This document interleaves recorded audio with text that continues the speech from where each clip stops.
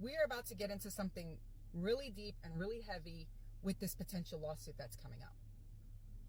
A lot of people are upset and can't possibly understand how there would be any type of blame on the hospital, any type of medical malpractice or neglect. And I'm about to show you where that's about to happen. Now, understand something. From the time that Alexee went into that bathroom and everything that happened in there, we are not putting the blame on anybody else. She is responsible for her own actions. Let's just get that out of the way. From the time she walked into that hospital until the time she walked into that bathroom, there's a whole host of medical neglect here, and we're about to break it down. If you are a lab tech, I'm really going to need you to pay attention to this video because I have some questions. I've already spoken to some lab techs. I've spoken to a lot of medical professionals. I know the answer, but I want you guys to weigh in because this just has me baffled. Something the doctor said is not making sense. So please clarify for me. Okay, so let's go ahead and start rattling your brain. Let's start with what we know. The doctor made a statement at the police department that said her initial exam was when she tried to examine Alexee, and Alexee kept moving and really wouldn't let her examine her, made it very difficult. And so she went ahead and ordered her basic lab work and a CT scan. Now let's talk about that initial exam. According to the triage nurse, while Alexee was in triage, the doctor came in to initially examine her. Based on the doctor's statement, the triage nurse's statement, and every other statement, there was no other exam until after Alexee had the baby. 2 hours. She never went back. There's no other statement, nowhere else that says she ever saw Alexee again. At this point, she had ordered basic lab work to include the pregnancy test, and she ordered a CT scan. Nowhere did she ever say that Alexee denied treatment. She never said she refused treatment. Remember, Alexee had already signed treatment consent forms. So if she would have refused for the doctor to check her or refused treatment, more than likely she would have had to sign a refusal of treatment form. Now, making it extremely difficult, okay, well then you turned around and you ordered her some morphine to help with the pain to subside it, but you never went back and checked on your patient. Once that morphine kicked in, why didn't she go back and try to do the physical exam? Let's talk about what also occurred in the initial exam. During the initial exam in the triage is when the doctor had asked Alexee and her mom, according to her own statement, about if she could have been pregnant, and that's when the mom responded that she was buying her pads each month. Now, everybody keeps saying that's a lie about her having her period each month. If she had a low-lying placenta or placenta previa or any of that stuff, she would have consistently bled throughout her pregnancy. So to sit here and say that this is a lie, you don't know that to be untrue. Now, I just want you to look at what they are currently teaching in the medical field. This is an actual medical teaching book from the medical school. It is very specific that it says that teenagers may be in denial about their pregnancy. You are to treat, remember that pregnancy is always a possibility with teenagers. She should have removed her from the parent because sometimes teenagers don't want to say anything in front of their parents, or they have this need for independence. This doctor should have assumed pregnancy. I don't know why she didn't. So you went ahead and you gave your patient some morphine. Again, never went back and checked on her. You said you ordered a CT scan. Let's talk about this CT scan. Where was CT? Nobody from CT came in. We're talking about from 11:30 until she went into the bathroom at 1:30 or ever. 2 hours, nobody from CT came down. I mean, according to the house supervisor, they were not that busy. They only had a few patients. Now I'm questioning, did they ever even order a CT scan? Now this is about to get really interesting with this lab work. Oh, okay, I'm running out of time. I'm going to go ahead and post part 2 right now.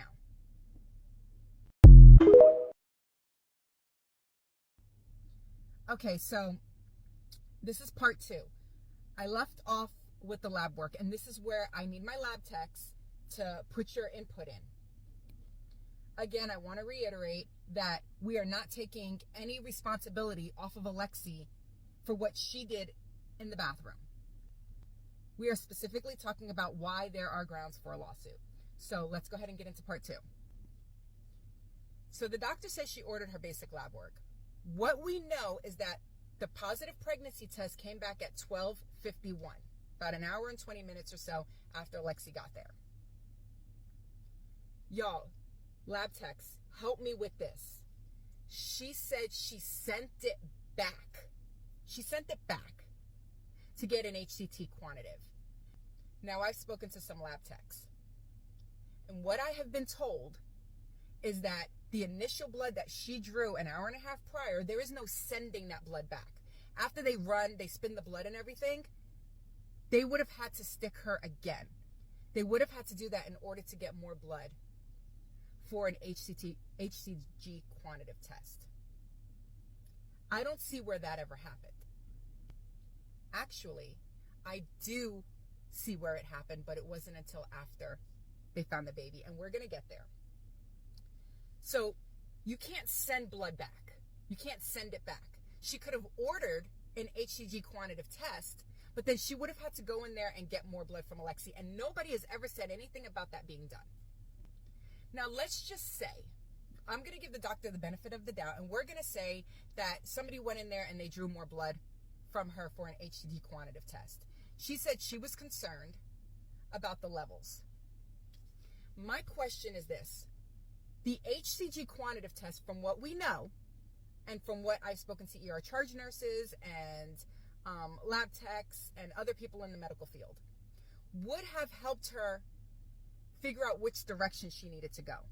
But regardless of everything, in and of itself alone would not have been diagnostic. It would not have told her if this pregnancy was ectopic. It would not have told her that she was in labor. It would not have told her that she was having a miscarriage. It is not diagnostic alone. She would have needed additional testing or something else hand in hand with the HCG quantitative, something like an ultrasound. Now, the doctors claim she ordered the ultrasound, but we know that not to be true, because by the time the ultrasound tech got there, the police were already there. In her own words, she says that the order was put in as a mother who had given birth, and they were worried about a retained placenta. So that means that the ultrasound tech was not called in until after they found baby. We know that around 1:30, it was closer to 1:40. So 50 minutes after she got that positive pregnancy test back, Alexee says she needs to use the bathroom. Chris unhooks her from the IV. Did nobody tell the doctor, hey, listen, she's saying she's got to use the bathroom. She ran to the bathroom. I unhooked her IV. There was no communication here at all?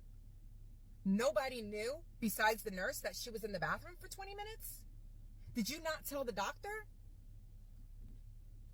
What we are seeing from the surveillance footage is that after the second time that Rosa goes and knocks on that door, she is visibly stressed. She is visibly worried about her daughter. She leaves, and then we finally see a nurse and doctors and stuff coming, which, if you reasonably look at this, and I'm not going to say this is set in stone until we get more evidence, but it looks to me like mom went and said something to either nurse or doctor, and at this point, actions start happening. She's still in the bathroom. What's going on? Doctor is realizing, dang, she's pregnant. And, anything could be happening there. Okay, now we need to get her out. Within minutes, she's already out on her own. So now they put her into this room. Nurse goes in there, helps get her undressed. Listen to me. Even through all of this, when they do her exam, still nobody's mentioning the belly. Has anybody not noticed that nobody mentions the belly? You mean to tell me even when you're doing this exam now and you're checking her cervix, you still don't notice the belly? Okay, so I'm going to go into part 3, and that's going to be the final part. And this is the most obvious thing for a medical professional. This is the part that baffles me. And I'm telling you, this, just watch, because it's frustrating that this doctor is this ignorant. Okay, part 3, final part. Now, we are at the point now where they have helped her get undressed and the doctor is examining her. You guys, this part makes absolutely no sense to me. You are a doctor. You are a medical director at another hospital. You check her and her cervix is wide open, full 10 centimeters. You never turn around and say, hey, listen, what's going on here? You are mystified. You are baffled. You do not know what a fully dilated cervix means. At no point did she think, I have a positive pregnancy test. I have a cervix that is fully dilated, and 2 and 2 together doesn't signify that maybe a baby was born. Your exact words were, you were mystified. But yet when she went over to Loveless, the doctor over there told the police that there's no other cause, no other reason for what was happening with her, except that she just gave birth. How did this doctor not get that? Now, I'm going to tell you what I find interesting. After doctors in there, after everybody goes in and out, back and forth, we see Erica, after she takes her pictures and everything, we see the lab tech grab her little blood draw thing and head towards Alexee's room. Now, I'm not going to say for certain that she went to Alexee's room. However, I have a very, very, very credible source that says that blood was drawn after this happened. Now, these could have been the orders right after she came out of the bathroom to, make sure that type and cross, because maybe she was going to need blood because she was bleeding so heavily like they said she was. And it could have been that. Maybe it was the HCG quantitative that was never actually taken. But until we actually see the medical records, we're not going to know for 100%. Okay, so let's go ahead and recap. We have a doctor who initially examines a patient in triage when they first come in. Unable, due to the patient moving and in a lot of pain, so she's unable to actually examine the patient. So she gives the patient some morphine to help with the pain, but never goes back and attempts to examine or talk to her patient. She knows that the patient is in severe pain and has a positive pregnancy test, but again, fails to ever go and check in on her patient. We have a CT that was supposedly ordered, but never done. We have a doctor who's claiming to have ordered an ultrasound early on, but based on the ultrasound tech's statement, that wasn't done until after the baby. We have an HCG quantitative test that may or may not have been ordered when the doctor says it was ordered. And then we have a doctor who doesn't put 2 and 2 together that a patient just had a child, considering she ran and rushed to the bathroom because she felt like she had to go. And on top of that, she has a completely fully dilated, wide open cervix.